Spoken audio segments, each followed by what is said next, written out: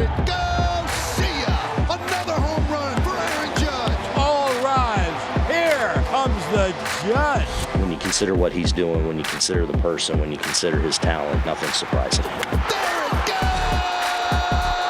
See ya. There's his walk-off home run. Oh, man, what a blast by Judge. At the wall, he's done it again. It's amazing, and I mean that. How does he do it? Having a front seat on the on-deck circle for most of these has been amazing. Wow! It is gone! Unbelievable. We might not ever see another season like this. It's been that good. It is gone! It's a Judgian blast. Slide over, babe. You've got some company. He's having the most amazing season you could possibly have. And he's not done, so we got plenty left, and he's going to put on a show for everybody in here. It is some show. Fall is in the air. Joel Sherman at the ballpark. All is right in the world. Hello, Joel. And tell me about the pressure on Aaron Judge. 3 games without a home run, and now a couple more at home. What's the pressure like on him to do it in front of the home crowd?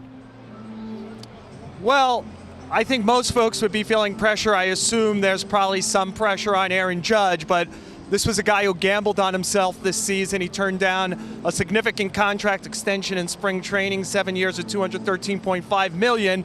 He didn't wilt to that. He hasn't wilted on the way to 60. I think that sometimes it's just hard to hit a home run. I think he's handled the pressure great.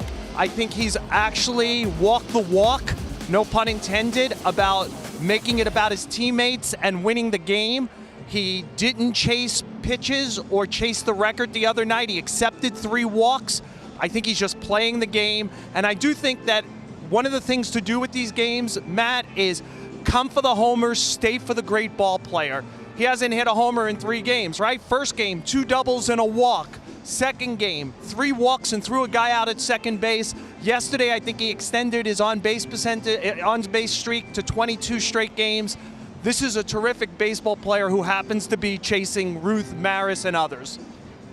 Joe, look, the Yankees have stopped their late summer swoon. You know, they have righted the ship going into October here. What does their timeline look, you know, if we're looking down just at their 2nd division title in the last 10 seasons?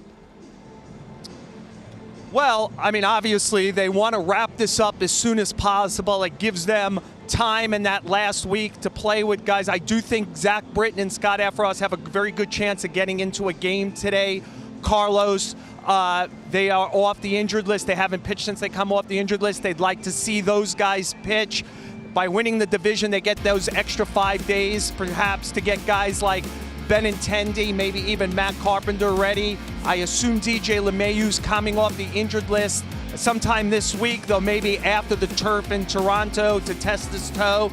They got a lot of work to do between now and the postseason to figure out exactly who they are.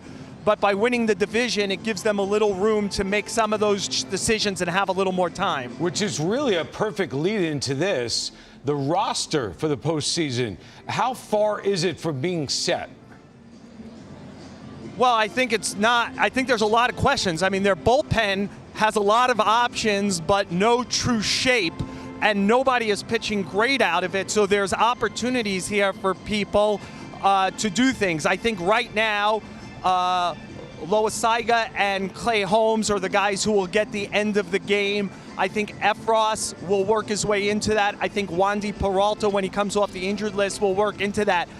To me, the interesting guy is, can Zach Britton in the next 10 days or so, he hasn't pitched yet this year in the major leagues, but obviously has a great track record. What can he do in the next 10 days to A, force himself onto a postseason roster, and B, put himself into a position of some prominence? I could see everything from him not making the postseason roster to him pitching important innings in October. Joe, I'm going to address the elephant in the room here. What are the chances of Aaron Judge coming back as a Yankee? Well, I think that they're good, but I would have told you the same thing about Freddie Freeman if you asked me that question about him and the Braves at this time last year. I think once you get out into free agency, feelings can harden.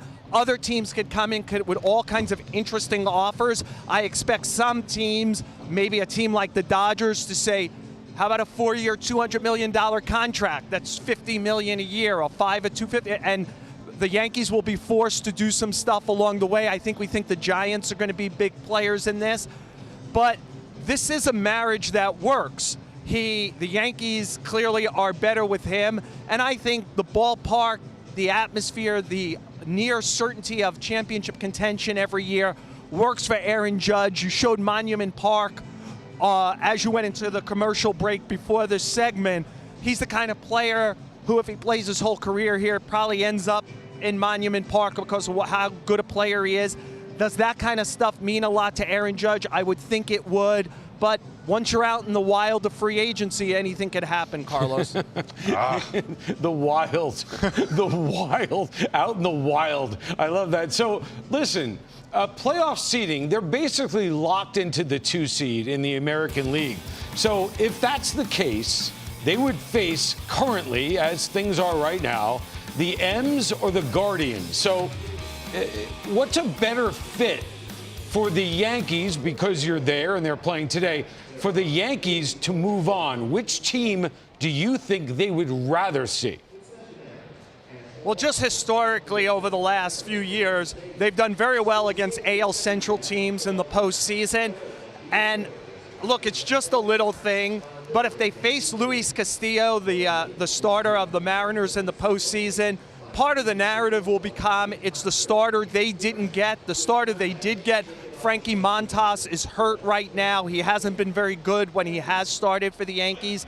And I think just adding that intrigue of, oh, Castillo is shutting down the Yankees and regret, they'd probably prefer to avoid that and a 3,000-mile flight. So I think Cleveland is probably the better team for them. Okay, and also if they face Seattle, it would be what? 2001 they faced Seattle when they won, 114, 115 games and knocked them out. And that was the last time they were there. Symmetry in the wild with Joel Sherman. Joel, thank you. All right, Matty.